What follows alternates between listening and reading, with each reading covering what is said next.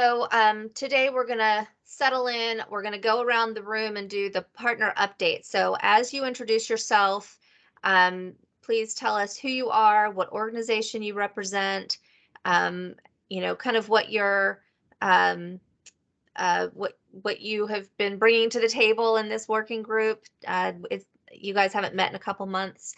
And then if you have any recent wins for equitable climate action and resilience, we would love for you to share them. And we have a slide with the sticky notes on it. So you can either type into that directly or we can take notes and do that for you.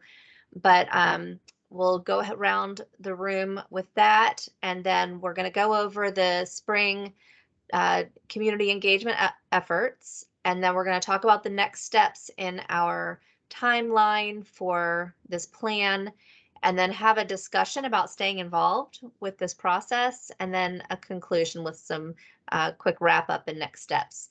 So objectives today, by the end, we want to make sure that everyone understands, has all your questions answered on the engagement period.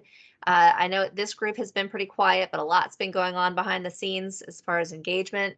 So we want to share all that good work with you. David has been full on with the community, so grateful for that. We want to make sure that we cover the outline to adoption so everyone understands what that looks like, and then of course propose ways to stay involved with ongoing implementation of all of this great work that you guys have put so much time and thought into over the past 2 years. So with that, let's go ahead and do some sharing. Again, I'm Dawn Alexi with the Office of Sustainability. I'm the Climate Action Supervisor. I have been facilitating the buildings and energy, transportation, and waste pathways from the beginning, and I've been assisting Brianne on the community and environment one up until now. And lots of wins going on, but I will save that space for you guys. So David, you want to introduce yourself? Yeah, hey everyone, nice to see you all again. My name is David. I am a longtime intern with the office, and over the summer I've served as their engagement coordinator, just doing the community engagement outreach efforts, as well as helping pick up on some of the things that Brianne was transitioning as she left. So nice to see you all again. All right, how about Maggie? Do you want to go? Sure. I'm Maggie Hopkins. I am an environmental engineer at a firm called AKRF by day, and I work on climate resilient infrastructure projects. And I'm also on the Green City Commission.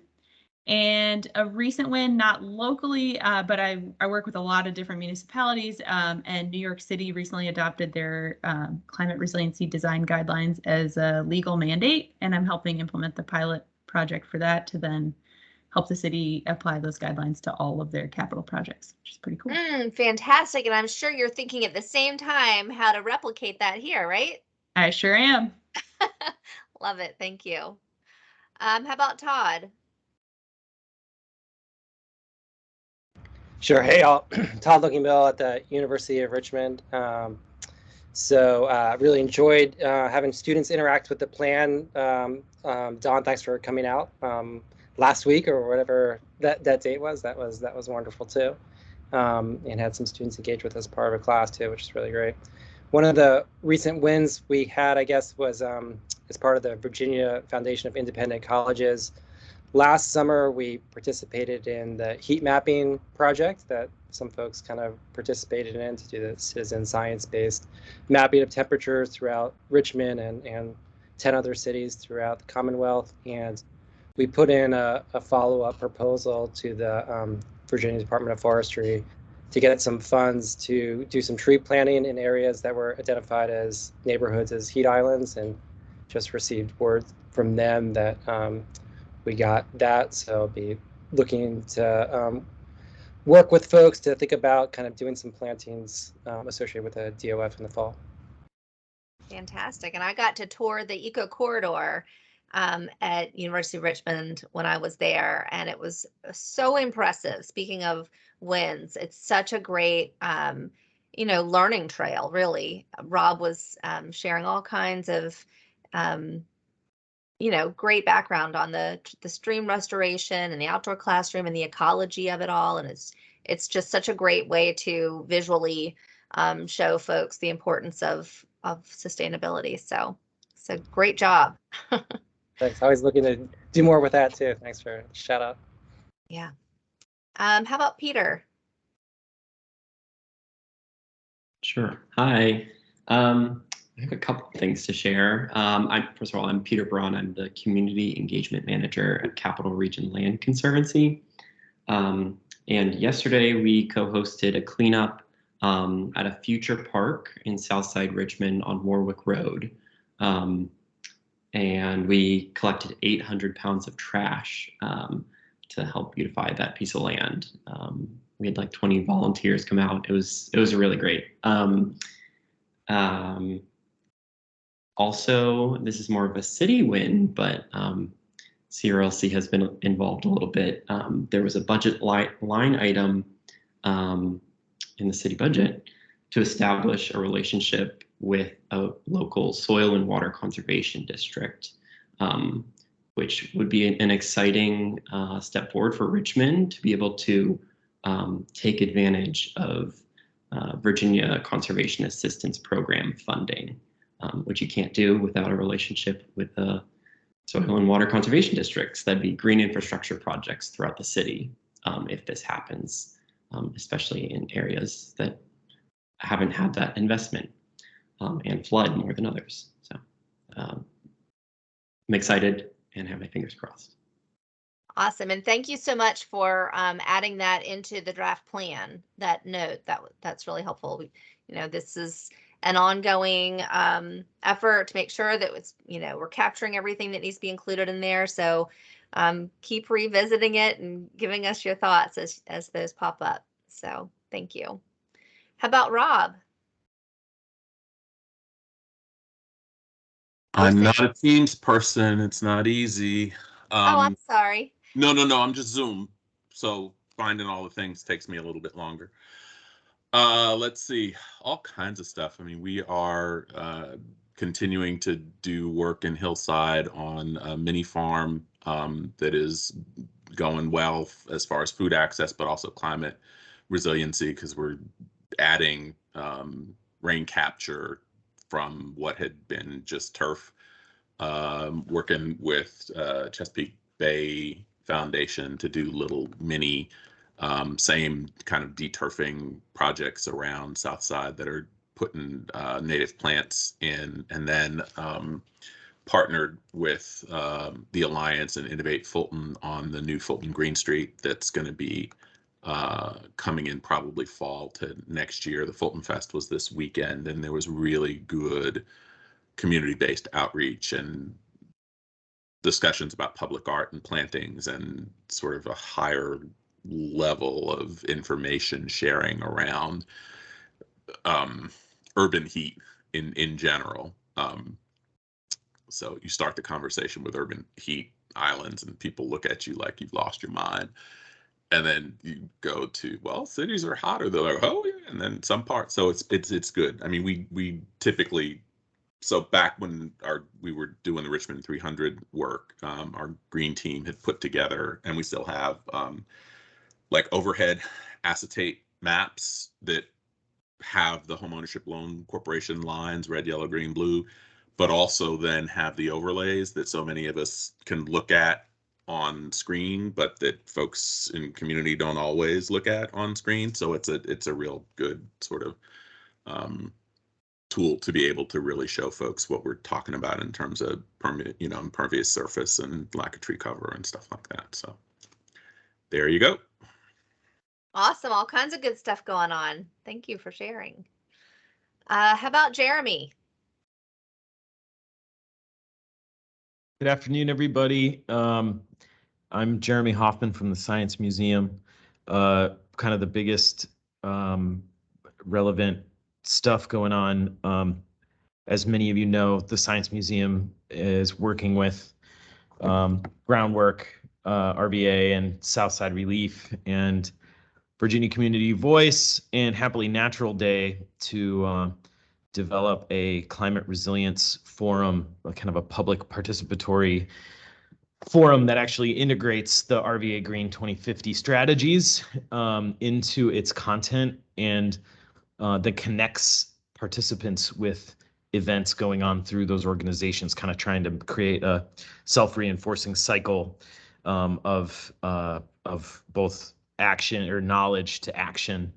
And we're almost done with translating all of the materials that we've generated into Spanish, which will be like the first time a thing like this will have been developed with the community organizations kind of leading the whole process and then taking that and translating it.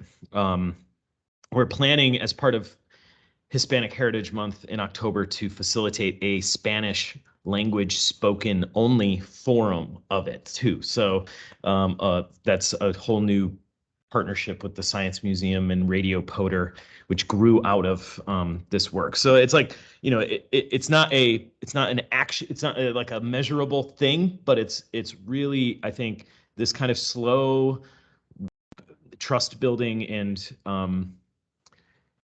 everything has been really, really good. But I would love, you know, I mean, as we have things going on, Todd hearing about this money from DOF, be amazing to overlap some of our efforts preparing for October, so we can lead participants in these forums into these events, these tree planting events or whatever it may be. So if you have something coming up in the fall, some sort of events, cleanups, whatever it is, let me know, because we're going to want to connect our participants in these forums directly back into doing something with the knowledge that they hopefully gain from the forum. So thrilled to see it all coming together here among all of the tumult at the federal level. Yes, thank you. Excellent. That's really exciting. Hey, Dawn, it's Rob. Are you from these notes? Would it be possible to pull together like a little list of this is what's happening kind of thing that we can, right? Because that would be useful.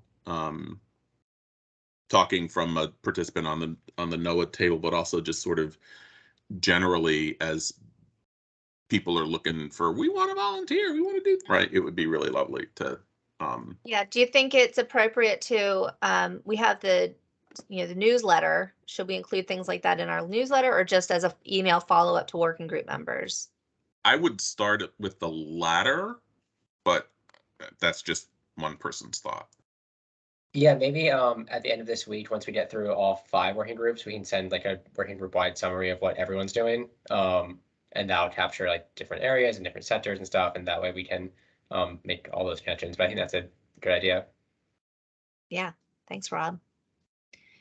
Awesome. All right, let's see. So how about Christina? Hey guys, it's Christina Benini with the Alliance for the Chesapeake Bay. Rob did a pretty good job explaining Fulton Fest and our work on the Green Street over there. Yeah, but I didn't tell you how cool the stickers that the Alliance has are and how they stole the day. They were the best. We have a bunch of really cool stickers, and if you guys are looking for swag, temporary tattoos are hot. So just a little. But I guess other than our Fulton Green Street work, we actually have a proposal in for a project in Blackwell working with Parks and Rec, DPU, and Southside Relief to turn the community's asked for like recreation assets for the Charlie Sidner Blackwell Park across from the school and community center. And so we've got a proposal in right now to take things like a walking course and, sports courts and fields and turn them into green infrastructure as well. So stay tuned on that. Hopefully we'll get that funded and can have like the first kind of like a showcase project for what will hopefully be sort of the norm moving forward. Nice. Very exciting. Chica.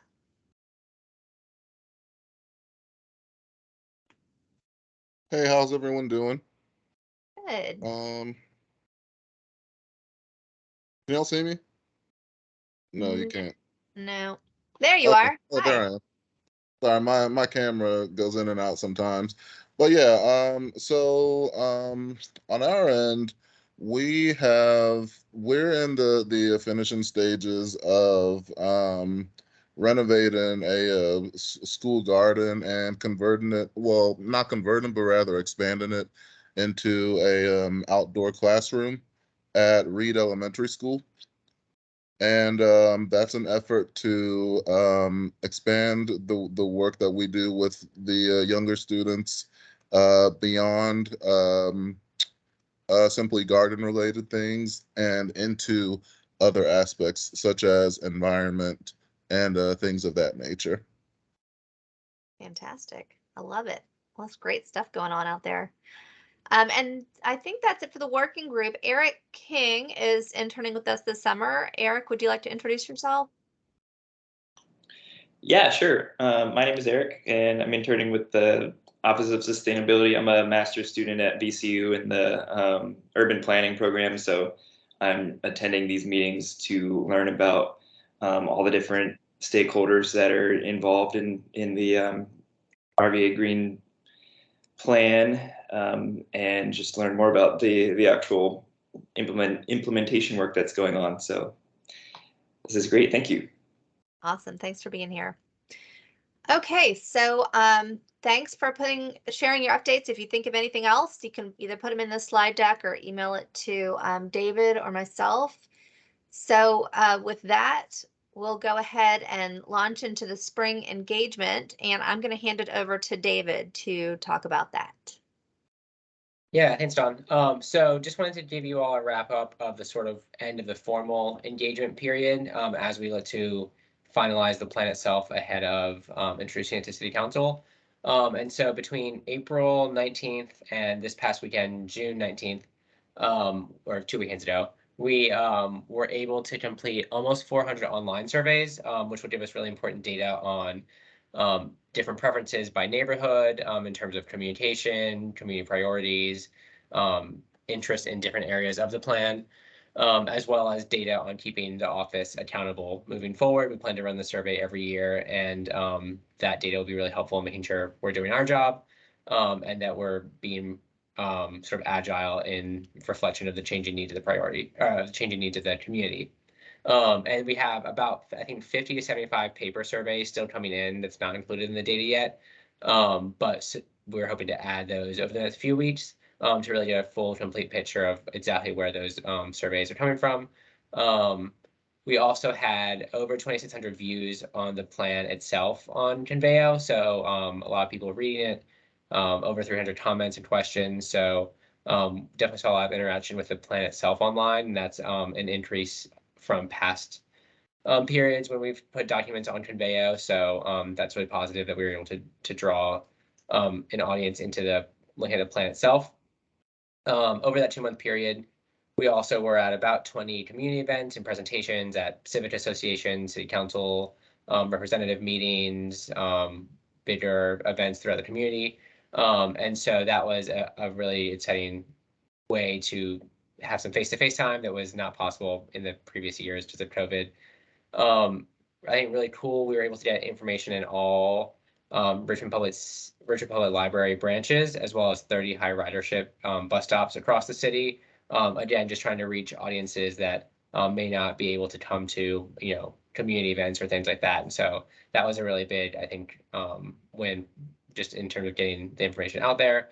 And then just lastly, we had over 570 newsletter opens for our engagement newsletter, which is among the highest we've ever gotten. And so this all, I think, bodes well for the community's excitement and readiness for a plan like this, and sort of builds our next steps out in terms of where we can prioritize our time and resources. So really positive there. If you want to go to the next slide, Dawn, this is just some early survey data in terms of where responses are coming from.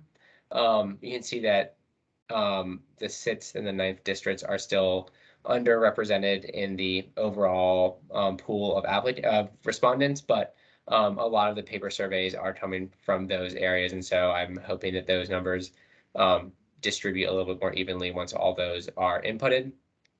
And then just the next slide, Don.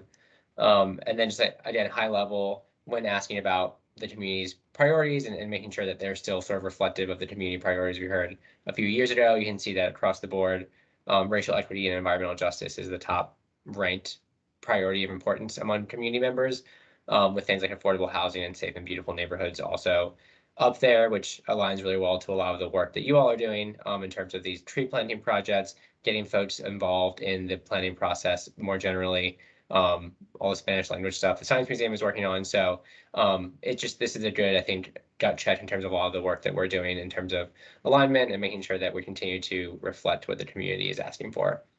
So I will pause there and see if anyone has any questions on any of that.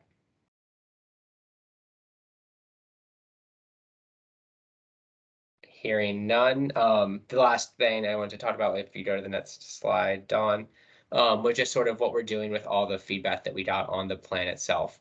And so between when we stopped accepting comments about a week ago to now, we've been going through every single comment and question and incorporating it into the next version of the plan, whether it's a small edit, a graphic change, an addition of an action, potentially a clarification.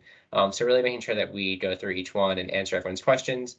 Right now, the plan is in its sort of next iteration with city leadership, but it did incorporate all of this feedback.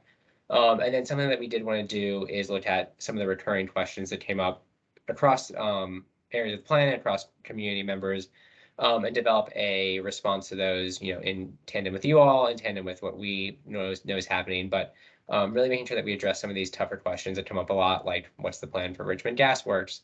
2030 is too late. How do we get started sooner, and things like that. And so we think that being able to address some of these questions is really going to help further buy-in and sort of explain that this is a community-owned plan, that we're working in partnership with all of you to make this happen. And so we'll be looking at those questions and hopefully getting sort of a public response to these FAQs out in the next couple of weeks.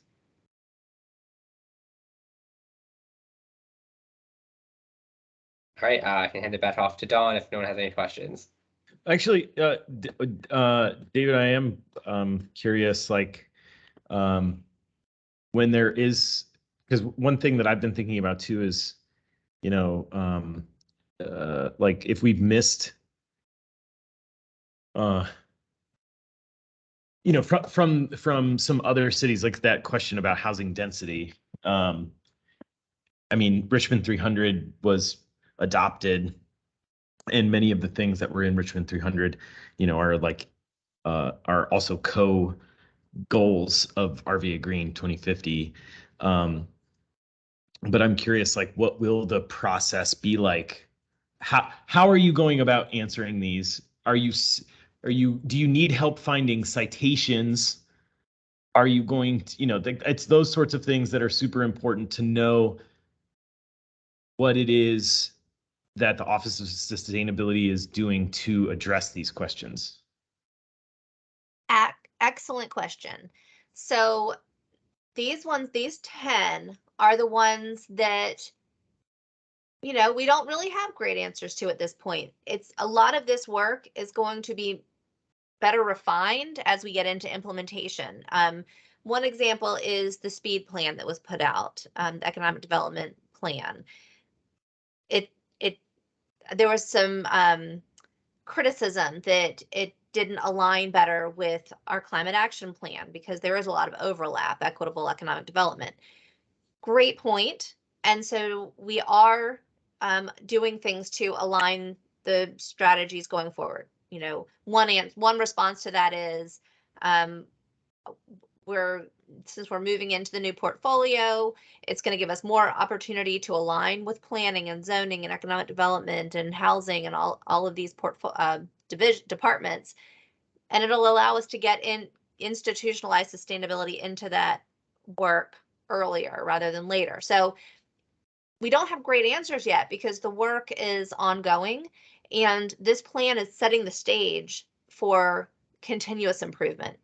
So I want you to be thinking with us on, what the answers are to help expand this buy-in and the engagement, because it's really like a shoulder-to-shoulder community-owned plan. We're all in this together. We're all trying to come up with the solutions together, but it's not like the little Office of Sustainability has all the answers.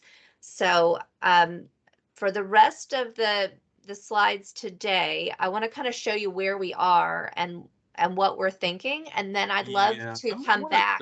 Dawn, I want to just jump in just for a second, because I think this is it's a larger question, right? Which is sort of the role, and I'm not trying to throw anybody anywhere, but on the one hand, we're all in it together and it's community based. On the other hand, the Office of Sustainability, has pulled a lot of resources together and put a lot of information out. I mean, I think that there's it's not on you all, but you all are part of the city, right? And so it is on the city, and how we kind of talk about that, I think, is important, without hanging the office out to dry and saying, well, right, that's not this at all. But there does at some point need to be some clear conversation about, well, if we're talking about housing density and we're talking about Richmond 300, there's zoning stuff that has to happen. We have to, right? I mean, all of those clear responses that are, yes, these are places where the office can step in and can be clear and sort of lay out some guidelines. And these are places where the political process needs to be engaged, right? And I don't know how we do that and keep you, I mean, I think in theory, you should be a little bit safer, I'm just going to speak truth. I mean, as long as we don't trash Richmond Gas Works too bad, I mean, you all probably should be okay. Yeah. But so I do think I don't, because we can't get to questions, and you can't do the work if you can't answer the question. So anyhow, I'm just going to stop now. Yeah, we're saying the same thing. Our office is the public point of contact on this stuff. And so we absolutely do need to figure out the right way to frame our responses, and don't want, with full transparency, we definitely don't want to close the door on anyone's good questions. But we are the champions for all of the strategies. And so while we know that Richmond 300 incorporates housing density, as the kind of champions, we're the ones that can kind of connect the dots and get the right people together. And on the implementation tool, I think when I start walking you through that, you'll see how this can work moving forward. But yeah, I would love to hear your thoughts throughout all of this on coming up with the right way to handle these questions. They're tough questions. So with that, I feel like I had another. When it comes to Richmond 300, once this plan is adopted, there's talk of it becoming an amendment to Richmond 300. So that's going to help, kind of beef it up even more with the climate action strategies. Okay, so yeah, keep thinking about answers, keep jumping in with questions. I love it. But let me go ahead and move on to the next slide. So we're on this path to plan adoption, and we, as David said, we closed engagement. We're, went through all of the comments. We are doing the revisions. The plan has gone out to city leadership for their review. That'll come back in another week, and then it will be going up to the mayor and then city council. So hopefully we'll see plan adoption in the fall, but it's going to take a lot of advocacy and answering those tough questions and making sure that we're on track for success here. So the shared accountability framework, I just wanted to revisit this because this is where we are on really thinking about, how we're going to be accountable to this plan, kind of more of what we were just discussing. The transparency is really important. I've been getting some tough emails, and I've been giving real answers back, and I think that feels good for me as a person, but also just for the kind kind of the mission of this plan. We really do want to be transparent. We want to make sure everyone understands what it is. It's not just a city plan that's going to go on a shelf. It really is a living, breathing, piece of work that is the result of 2 years of hundreds of people's hard work. Culture of improvement, so important. We're going to continue, like the example of the speed plan, continuous improvement, using our equity screening tools, really building that capacity on lessons learned, and then our plan update. This is just a starting point. In 5 years, we're going to have learned a lot, and it's going to be, hopefully we'll be on the right track, and we'll be even smarter and be able to make even more progress. Building those trusting relationships. I think these working groups have been a great start on that path. Learning all of you, each of you brings such excellent expertise and experience. And then our roundtable, and then all the partners. We have lots of folks who engage with us who aren't necessarily on a working group, but they're doing some really good work to bring all the right folks together. Institutionalizing sustainability is such an important part of this, and I'm seeing it. I think in the past, in the profession of sustainability, especially in local governments, it's been a very kind of, behind the scenes. We we try to get stuff done under the radar because it hasn't been anyone's priority up until now. But now, the departments are asking this office for information and guidelines, and what do you think we should do about this or that, and it's great, and that goes to institutionalizing sustainability. So we'll be doing more and more of that, and then the regular evaluation. So all of these, it's an ongoing continuum, just continually being accountable to what we said we're going to do. So what can you do? Well, we need advocates. And David, do you want to speak to this slide and these dates? Yeah, so this is the sort of timeline that we are aiming for so that we can introduce the plan officially to City Council on September 26th. And so procedurally, the first thing that needs to happen is on August 17th, the draft plan, after it's been looked at by city leadership and the mayor's office, is submitted for introduction to the next City Council meeting. It goes through, because we're trying to get it as an amendment to Richmond 300, it has to go through the Land Use, Housing, and Transportation Standing Committee as a first step. So it'll be discussed on the September 20th meeting, hopefully, for then formal introduction and hopeful adoption then a week after on September 26th. And so in terms of advocacy and where we are sort of hoping that people can show up are at one of those two, either the committee meeting or the City Council meeting, and just talk about this process, the 2-year-long planning effort that went into this, why climate change and equity are important and so interlinked, that we can't have one plan without the other, things like that can really make the case for large-scale community support of this plan, so that there's no roadblocks or issues with adoption. And so that's the timeline we're aiming for. And as those dates get closer, we'll probably be sending out reminders and requests that that you all can hopefully feel comfortable responding to, but looking for just as much community support at those meetings as possible. Great, thanks, David. Any questions on those? Yeah, I'm curious how much groundwork you've been laying with the liaisons in the different council offices to familiarize, kind of preempt some of the feedback that you might get from council people. Can you speak to that? Yeah, so I think we've reached out to them we reached out to them at the start of the engagement process to begin that relationship building.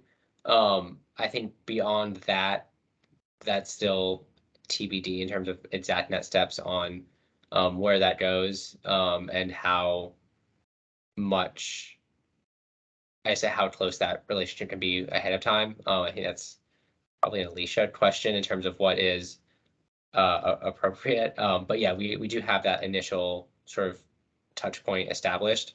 How are our friends over at the Richmond 300? Can we just kind of draft behind them? Council sort of liked what they did, and we're just adding the sustainability and environmental part onto it. We got their sort of, yes, this is part of our world. They have that giant, bizarre omnibus package of amendments that is like, the planning department is basically like 95% of these amendments are out of the scope of Richmond 300. So tacking it on to some amendment process might be really dangerous. No, I guess I was wondering more from a relationship process, from a like, yes, we think this is great. You like us, you should like them. Yeah, and that's the good part about us being in that portfolio with them. We're already meeting with them. We gave a presentation last week to all of those directors, and they're excited to be aligning our work. So behind the scenes, that relationship building is there. But great point. Thank you. Yeah, I just like would hate to see this get DOA'd because of, and this is something I know it's like, but thinking about, you have 3 months to get in front of the CACA group, the Concerned a Civic Association group or whatever, the Richmond League of Concerned Civic Associations. Someone needs to talk to them in advance about what's in this plan. If they catch wind and interpret it on their own of what's in it and what it means, there will be substantial, swift, coordinated, and significant pushback for council to delay voting on this, potentially with the ability to say we need to go back to the drawing board with it. So you need to, that's like now the question with your environmental justice roundtable, some more of the community members, find out who it is that consistently shows up against things. And we should probably be talking to those folks to preempt some of the pushback. Great idea. Yeah, the group is like the Richmond League of, or the Concerned Civic Association. We jokingly call them CACA around because it was like all their letters could go into that into that acronym, but they're basically just a coordinated anti-housing, sustainable, in many ways. They think that it's pro-sustainability to block housing, but that's the kind of thing that you'll want to make sure that you have a conversation with them, encourage them to page through. I don't know. I mean, it's now with the community engagement period over, they might see that as, I don't know how they'll see it, but anyway, just a yeah, thanks. That's thought. really helpful. We met with the development community, did a focus group meeting with a bunch of those, everyone on all sides of the issue. And that was really helpful, again, to kind of set the stage that, we're all trying to figure out how to do this together. And then Sierra Club is pretty vocal about a lot of this. So I hadn't heard about this other group. So thank you for mentioning that. Okay, great. Well, if you think about anything else, be sure to let us know. Next for our working groups, again, thank you for all of your time, all of your expertise, all of your hard work thinking through these difficult concepts. But the next iteration of the working group is going to be implementation teams. And so if you are interested in helping at the next level on specific strategies, we will be putting that together as the strategies get going.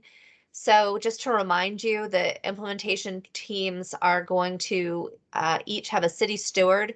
In some cases, it's someone from the Office of Sustainability, but in as many cases as possible, it's someone from another city department, the department that is already partly responsible for this area of work.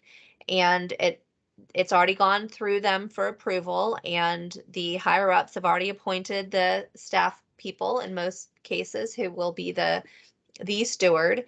And so the implementation teams will consist of other city departments, community organizations, private sector representatives, whatever makes sense, answering the questions of who is impacted by this.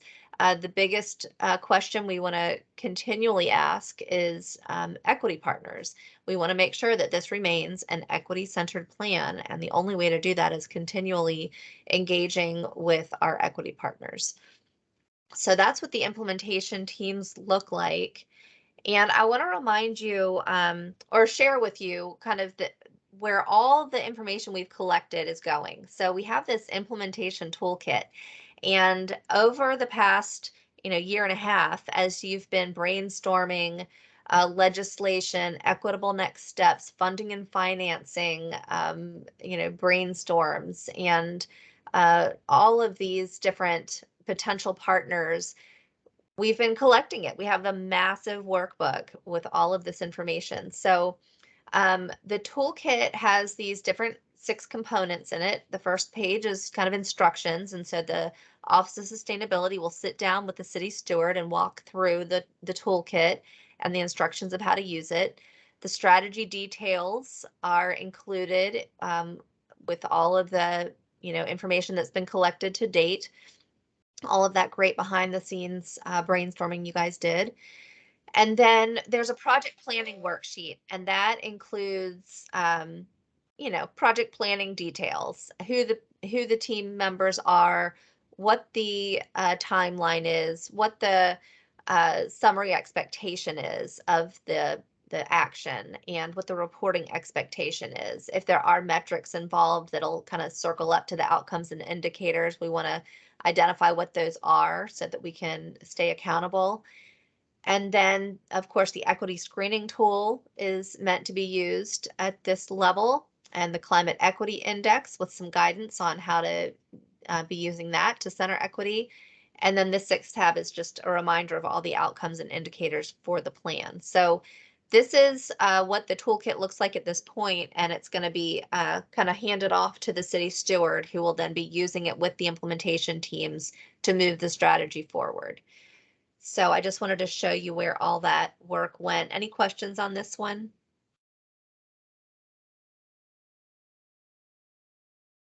All right, so this is where I would love to hear from you guys. So at the beginning, when you first met with, I think it was Brianne and Kyla, to go through the group expectations and ground rules, you came up with this list. I think there are 2 that got cut off the bottom, the Elmo and the 7-second rule. Based on, you guys are experts now, so based on all of your experience and lessons learned, what would your advice be to the implementation teams on effective group engagement around this work? Feel free to come off mute and share your thoughts.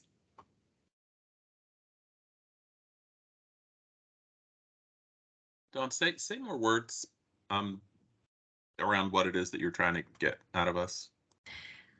I would love to hear, so say you were the champion or the steward for an action, and you're pulling together this new mini working group, and based on all the work that you guys have done in this working group for the past couple years, for effective strategy development, what do you think, you guys set these kind of ground rules for this working group.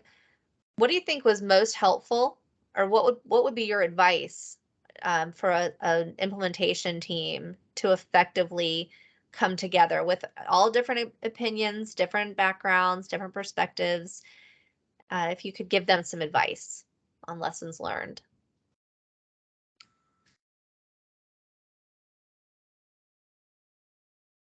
And if you want to think about it and come back to it, that's fine too.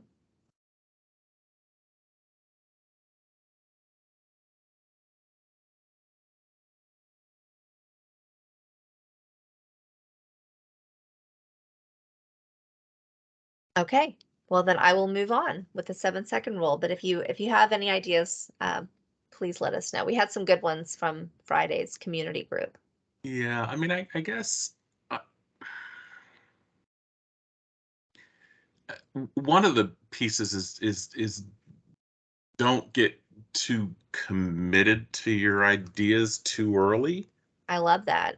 Right? Because it that gets in the way, right? I mean, when all the fancy decks show up and they've got all the things on them already, it feels a little bit hard, right? I mean, as you know, and everybody who's ever been on a call or in a meeting with me, I don't have any problem with that, but it can get in other people's way, and it can cause you not to get the input that you need, because we're often as humans sort of programmed to go along with what looks like the things. So, open-ended questions are really, really important. Checking in for input from the people, again, who aren't like me and are not likely to just jump in and say the things. There are a lot of different ways to frame it. I can't see the ground rules group expectations, but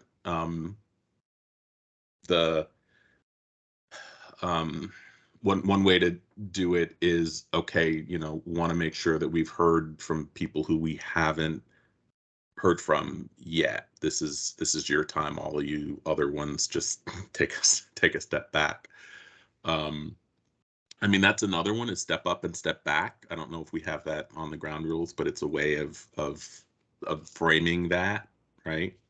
If you're normally out front, step back. If you're normally not, step up. And I guess one of the things I think that worked really well is that we didn't, and again, I mean, I am a one-armed paper hanger, and so I'm not always in all the places, but one of the things that can be a real problem and turnoff is when people start speaking from well, we all like this, we all think, we all, right? That is, and I think that we managed to avoid that language pretty well in this process, but I think it's something that people who haven't done the work, I think it's really easy to let slide, and you have to be really careful, because that will shut people down or piss them off in ways that will, sort of, that they'll remember. So, all right, that's what I got. Thanks, Rob. Those are fantastic. Yeah, since you can't see the ground rules, it's respect, be present, all participate, no one dominates, be additive, not repetitive, aim for consensus, and be thinking, I can live with that. Be open to new ideas. If you bring a problem, bring a solution. Separate the people from the problem. Speak for yourself, as you were just saying, from your own lived experiences, and make space. So, love it. Thank you. Great suggestions, great lessons learned. Is there anyone else? I see that Parker joined us. I'm glad to see you on here. At the beginning, we were kind of, since we haven't met for a while, introducing ourselves and what we represent, what organization, and if you have any recent climate action wins. So would you like to say hello? Hi, this is Parker. I'm kind of in the background today. Don't have much to update at the moment, but hopefully we'll have some great announcements soon. Awesome. Thank you. Glad you're here. Okay. Well, thanks for these good ideas. If you think of any others, please let us know. This is kind of bringing me back to that other slide we went through earlier with the tough questions. And yeah, that's kind of where my head is these days, thinking about how we get to what we've developed to the next step. So I love folks who want to think that together with us. All right, well, let me go ahead to implementation. And I want to just kind of show you where we are in terms of, to remind you of the priority strategies. So if you'll remember, a year ago, we developed the prioritization matrix, and that had all of those criteria that were weighted by the roundtable. and we looked at lots of different ways of doing it. Thank you, Jeremy, for working with us initially to talk about, statistical weighting and rating. So we took those prioritized strategies. We looked at the plan timeline. Every action it's either near or far based on all kinds of things, mostly if it's something that can happen right away or is aligned to happen right away versus something that has some obstacles that we need to get around first, or maybe it's something that isn't as highly prioritized and it could be kind of the second half of this decade. And then the status, if it's ongoing, then it's obviously kind of moved up. And then departmental alignment, if there's a priority, an aligned priority in another department, and it's on their to-do list, it's kind of elevated in priority. If there's ARPA funding towards any of these strategies, it's been prioritized. And then, of course, as I said, projects underway. So the suggested FY23 priorities, based on all of those criteria, under the energy pathway, kind of the number one heavy hitter is reducing Richmond's energy burden. We have a lot of residents living in energy poverty, and so leading by example through municipal energy efficiency programs and taking that to the buildings that serve the public and can lead by example. The residential energy retrofit strategies around that, getting CPACE passed, and then solar access and education. So those are kind of at the front of the list for energy. For the community pathway, the tagline is increase Richmond's resilience to climate change through the community benefit scorecard, figuring out how to compensate community members for their time, building capacity among community leaders, and the resilience hubs. Those rose to the top for this coming fiscal year. For this group, the Parks Master Plan, the Urban Heat Island Reduction Plan, Urban Forest Master Plan, and neighborhood prioritization. And then for transportation, a lot of the strategies are going to be kind of pulled into Richmond Connects, which is a great strategy for aligning the work and getting it done where we have resources that are existing. So there will be an EV action plan and lots of work towards integrated connectivity and complete streets. And then under the waste pathway, consumer education and community engagement, and the pilot composting plan that's getting a lot of attention, and it's going to be kind of building into bigger efforts. So anyone have any questions on those? I just wanted to share this with you because, folks want to get going on this work. Now, the plan hasn't been adopted, so that's the number one goal. But then we're teeing up these strategies first to get going on. So if there's anything in here that you feel like you need to be on that implementation team, you want to be part of that conversation, or something that is, that's ongoing and should be on this list, but it's not, please let us know. This is an ongoing process. All right, so that's it for me. David, did you have anything else you wanted to share? Yeah, just want to say thank you all for the time. I think this is our last official meeting as a working group. So I know it's been a lot of work, a lot of brain power, a lot of time. So thank you all for all of those things. We are looking forward to hopefully continuing the relationship with you all in whatever capacity works best for you. But if you want to be specifically on an implementation team, you can reach out to Dawn and sort of we can figure out exactly what strategy or what timeline works best. And otherwise, keep sharing updates and upcoming events, and we will circle back with all the working group members after we finish up our last meeting on Thursday with all of their upcoming events and opportunities for you all to plug into. But otherwise, we will hopefully see you around City Council in September and before that as well. So let us know if you have any questions or other updates to share as we wrap up. That going to be sent out? Yes, so I think I put the link in the emailed you all right before the meeting started. Oh, but we that's can. certainly possible. Yeah, haven't. Okay. not there. If you don't get it, just reach out and I'll follow up directly. All right, lovely. Can I ask the question? Yeah, please. You all are in the middle of a search? What was that? You all are in the middle of a search? The director for the Yeah. office? Yeah, I believe it closed last week, so. Right. yeah, Good luck. David, thank you. I Yeah, think David and I that's, are not on the interview That's panel, above our so. pay grade. Yeah, no, I just But yes, curious. yes, good luck, prayers, energies, all that. Okay, Appreciated. absolutely. Thank you. Thank you, everybody. And I can't thank you enough for all of your efforts. And, if you have follow-up thoughts to anything we've talked about today, would love to hear your ideas. So And Dawn thanks and again. David, And I we'll certainly be want to be on an implementation team, and we'll talk about it, but just put my name in the box.